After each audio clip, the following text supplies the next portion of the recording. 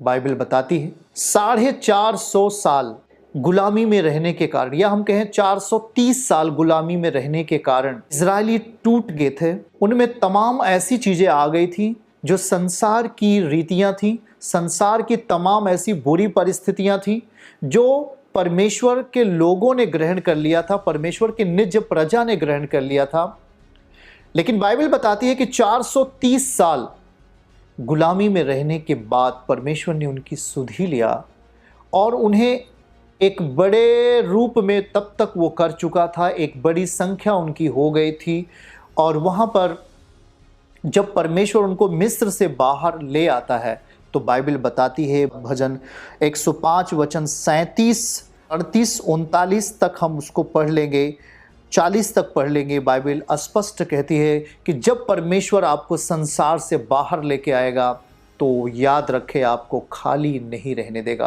कहता है कि तब वह अपने गोत्रियों को सोना चांदी, अपने लोगों को, अपने इजरायली प्रजा को सोना चांदी दिलाकर उन्हें निकाल लाया, गरीब करके नहीं निकाला। उस हालातों से, जिस हालातों में वो गुलामी की दशा में थे, रो रहे थे, जब प्रभु उन्हें निकालता है तो वहां से उन्हें सोना चांदी दिलाकर निकाल लाया। बाइबल कहती है उनमें कोई निर्बल नहीं था। 38 पद में क्या लिखा नीचे तक, उनके जाने से मिस्री आनंदित हुए और मिस्रियों के अंदर परमेश्वर की प्रजा का डर समा गया था। वचन 39, और फिर बाइबल कहती है कि उसने छाया के लिए बादल फैलाया। कितना ग्रेस था और अभी है। परमेश्वर आपको जब संसार से बाहर बुलाता है अपने राज्य में तो वो आपके ऊपर ग्रेस का बादल, अनुग्रह का बादल फैलाएगा और रात को भी आपको अंधकार में चलने न देगा। बाइबल बताती है कि रात को प्रकाश देने के लिए आग प्रकट की, परमेश्वर ने आग को प्रकट किया। दिन की व्यवस्था बादल फैलाया, रात की व्यवस्था आग प्रकट की, मेरे लोग अंधियारे में नहीं रहे। मतलब परमेश्वर का ग्रेस, परमेश्वर का अनुग्रह आपके लिए ही है। भजन 40 में आइए नीचे पद में पढ़ेंगे, उन्होंने मांगा तब उसने बटेरें पहुंचाई और उनको स्वर्गीय भोजन से तृप्त किया। स्वर्ग से, भूमि से कुछ भी नहीं, चलते भूमि पर थे, उनका जीवन यापन भूमि पर था, पर भोजन कहां से आता था? प्रति सुबह स्वर्ग से परमेश्वर मन्ना, धनिया के नुमा मन्ना को धरती पर गिराता था परमेश्वर। और इजरायली प्रजा जो परमेश्वर की प्रजा थी वो उस मन्ने को खाकर 40 साल तक मन्ने को खाई। यह है परमेश्वर का ग्रेस। आगे पढ़ लीजिए 41 में आइए, और फिर क्या किया? फिर उसने चट्टान फाड़ी आपके लिए, जहां पानी की कोई उम्मीद नहीं थी वहां आपके लिए चट्टान को फाड़कर पानी दिया। बाइबल कहता है उसने चट्टान फाड़ी तब पानी बह निकला और निर्जल भूमि पर नदी बहने लगी। कितनी बड़ी चीज है ये! निर्जल भूमि पर नदी बहने लगी। ये आपके लिए। 43 पढ़ेंगे, और उसने हमारे जीवन को हर्षित किया। बाइबल कहती है परमेश्वर ने 43 में पढ़ते, उसके आगे जाएंगे 2 पद, और कहता है कि परमेश्वर हमें हर्षित करता है और अपने चुने हुओं से जय जयकार करा के वो निकाल लाता है। आज वही परमेश्वर आपके साथ है। वह अपनी प्रजा को हर्षित करेगा, आनंदित करेगा। ये परमेश्वर का उद्देश्य है। आपको दुख में डालने के लिए उसने नहीं बुलाया, आपको पीड़ा में रहने के लिए नहीं बुलाया। परमेश्वर कहता है कि वह अपनी प्रजा को हर्षित करके और अपने चुने हुओं से जय जयकार करा के उस संकट से, उस संसार की परिस्थिति से, उस जोखिम से निकाल लाया। प्रिय भाई बहनों, आज भी परमेश्वर आपकी जिंदगी के लिए ये काम करना चाहते हैं, क्योंकि ग्रेस, इससे भी बड़ा ग्रेस, इससे भी बड़ा अनुग्रह हमारे बीच में है कि हमने परमेश्वर को देखा नहीं था, हमने परमेश्वर को छुआ नहीं था, हमने परमेश्वर से बात नहीं की थी, और उससे बड़ा ग्रेस हमारे बीच में आ गया कि अब हम परमेश्वर को छू सकते, परमेश्वर से बात कर सकते, परमेश्वर के साथ बैठकर खाना खा सकते। इतना बड़ा ग्रेस, इतना बड़ा अनुग्रह परमेश्वर पिता ने आपके लिए, इस धरती के लोगों के लिए दिया। उसका प्यार, उसका अनुग्रह कितना बड़ा है। वो नहीं चाहता कि मेरा बेटा बेटी आंसुओं में लंबे समय तक रोते रहें। ना, वो आपको व्यर्थ आंसू बहाने नहीं देगा।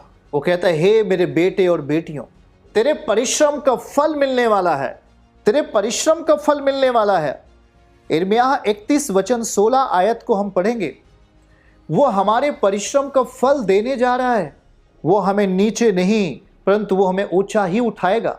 कहता है, यहोवा यूं कहता है, रोने पीटने आंसू बहाने से रुक जा मेरा बेटी मेरा बेटा। आप जहां कहीं भी हैं, बहुतों के जीवन में ये चीज़ें होती हैं। उनकी ज़िंदगी में उनके परिवार के द्वारा समस्याएं आती हैं। उनके जीवन में तमाम आजू बाजू से समस्याएं आ सकती हैं। उनके जीवन में तमाम ऐसे दुख और पीड़ाएं कदम रख सकती हैं। यदि आप परमेश्वर के साथ हो तो गुड न्यूज़ आपके लिए दिखाइए। कहता है परमेश्वर, रोने और पीटने से, आंसू बहाने से रुक जा मेरा बेटी, रुक जा मेरा बेटा, क्योंकि तेरे परिश्रम का फल मिलने वाला है। वे शत्रुओं के देश से लौट आएंगे, मतलब आप शत्रुओं के वश में पड़ने वाले नहीं होंगे। प्रभु हमें शत्रुओं के वश में पड़ने नहीं देगा, हमें दुष्टों के वश में पड़ने नहीं देगा, परंतु परमेश्वर अपना प्यार हमारे ऊपर इस रीति से जाहिर करेगा कि हम हर एक कांटे भरे रास्तों से निजात पाकर परमेश्वर के ग्रेस को अपनी ज़िंदगी में देख करके, पा करके उसके अनुग्रह को एक बड़े ऊंचे स्थानों पर हम निवास करेंगे। आज आप आंसुओं में हैं, इसलिए कहता है कि आपके परिश्रम का फल मिलेगा। आपको किसी ने आंसू दिया पर चिंता ना करें, आपको किसी ने दुख दिया पर चिंता ना करें। परमेश्वर इन सब से बहुत महान है। वह पलक झपकते ही सब कुछ कर सकते हैं। वह हमारी ज़िंदगी के लिए इंतज़ाम करते हैं। वह मुहैया कराने वाला परमेश्वर है। हम जब उत्पत्ति अध्याय 26 में पढ़ते हैं, इसहाक गरार को छोड़ने जा रहा था, क्योंकि बाइबल कहती है कि वहाँ अकाल पड़ा हुआ था। और वो कह रहा है, हे परमेश्वर, मैं अब इस गरार को छोड़ दूंगा, क्योंकि यहाँ अकाल, बहुत भारी अकाल पड़ने जा रहा है, बहुत भारी अकाल पड़ा हुआ है, मैं इस राज्य को छोड़ दूंगा। परंतु बाइबल देखिए क्या लिखा है, उस देश में अकाल पड़ा और वह उस पहले अकाल से अलग था। मतलब अब्राहम के समय में भी अकाल पड़ा, उसके बेटे इसहाक के समय में भी अकाल पड़ गया है। और लिखा है कि अब्राहम के दिनों में जो पड़ा था, अब्राहम कितना आशीर्वादित था, पर उसके दिनों में भी अकाल आया। अब्राहम से परमेश्वर कितना प्यार करता था, पर उसके दिनों में भी अकाल आया। अब्राहम परमेश्वर का चलना उठना बैठना जानता और देखता था, एक बड़ा ही प्रेमी भक्त था परमेश्वर का, और प्रभु उसे अपना बेटा कहकर, अपना मित्र कहकर के संबोधन देता है। लेकिन उसके भी जीवन काल में अकाल पड़ा था, उसके बेटे के भी जीवन काल में आज अकाल पड़ गया है। तो बाइबल क्या कहती है? तो अब इसहाक ने क्या कहा, देखिएगा, पढ़िएगा इसको, ओके।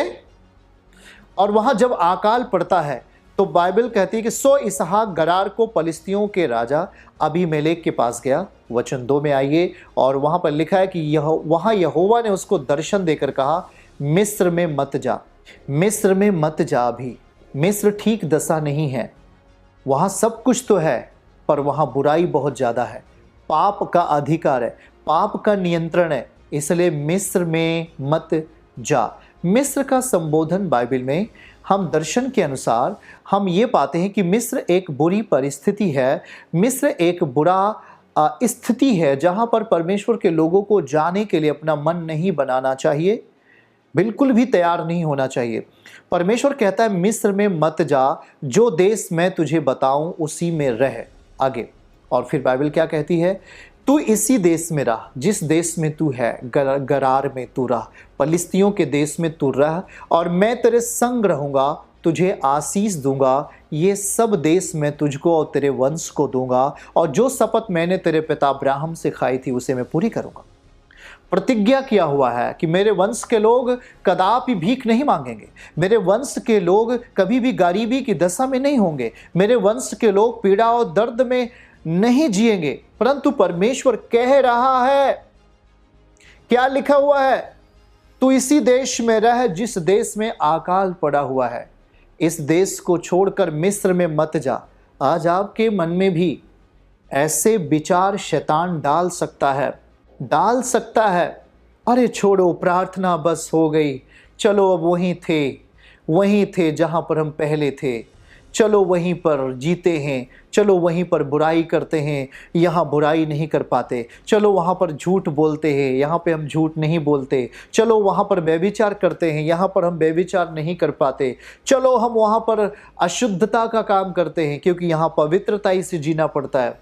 आप अपने आप को उन हालातों में लेकर चले जाते हैं और आप कहते हैं कि परमेश्वर हम पर हुकूमत नहीं करे, परंतु हम पर बुराई हुकूमत करे, पाप हम पर हुकूमत करे। ऐसा सोच करके आप अपने रास्ते को बदलने का प्रयास करते हैं। क्यों? परमेश्वर मना कर रहा है, मिस्र में मत जा, अगर अकाल पड़ा हुआ है तू यहीं पर रह, इस अकाल की परिस्थिति में भी मैं तुझे आशीष दूंगा। क्या आप स्वीकार कर रहे हैं परमेश्वर की बात? आप मेरी बात मत मानो, लेकिन परमेश्वर की बात मानो, क्योंकि परमेश्वर पिता भी है। वह परमेश्वर के जैसे और पिता के जैसे आपसे बात कर रहा है और कह रहा है कि हे इसहाक, तू इसी देश में रह, जिस देश में अकाल पड़ा है, इसी देश में रह, क्योंकि मैं तुझे इसी देश में आशीष दूंगा। और फिर बाइबल क्या कहती है? इसहाक उसी अकाल की परिस्थिति में, आगे जाइए दूसरे पन्ने पर, दूसरे पेज पर, और बाइबल बताती है कि वहाँ पर इसी अकाल की परिस्थिति में इसहाक ने जोता और बोया, और बाइबल कहती है 100 गुना फल काटा। 12 पद में लिखा, इसहाक ने उस देश में जोता और बोया और उसी वर्ष में, उसी अकाल की परिस्थिति में 100 गुना फल पाया और यहोवा ने उसको आशीष दी। अरे वाह, बहुत बड़ी खुशी है कि हमारे साथ ऐसा परमेश्वर जिंदा खुदा है जो अकाल में हमें घबराने की चिंता या हमें घबराहट में कहता है मत घबरा, हमें चिंता ना करने की सलाह देता है। किसी भी कमी घटी में हमें परमेश्वर के वातावरण से अलग नहीं होना चाहिए। यदि आप अलग होते हैं तो परिस्थिति कैसे बनती है?